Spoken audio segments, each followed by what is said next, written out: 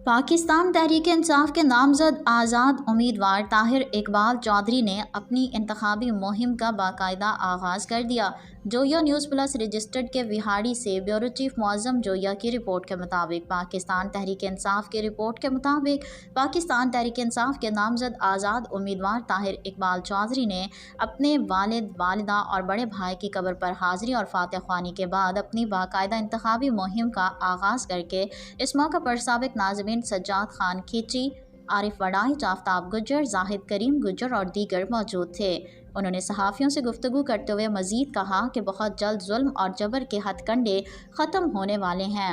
इंशाअल्लाह हकीकी आज़ादी का सूरज 8 फरवरी को तुलू होगा और अवाम की ताकत से पाकिस्तान तहरीक इंसाफ हुकूमत बनाएगी।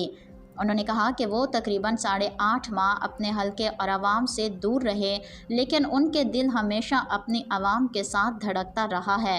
ताहिर इकबाल चौधरी ने कहा कि वो दिन दूर नहीं जब विहाड़ी की तरक्की का वहीं से दोबारा आगाज़ किया जाएगा जहां से ख़त्म हुआ था।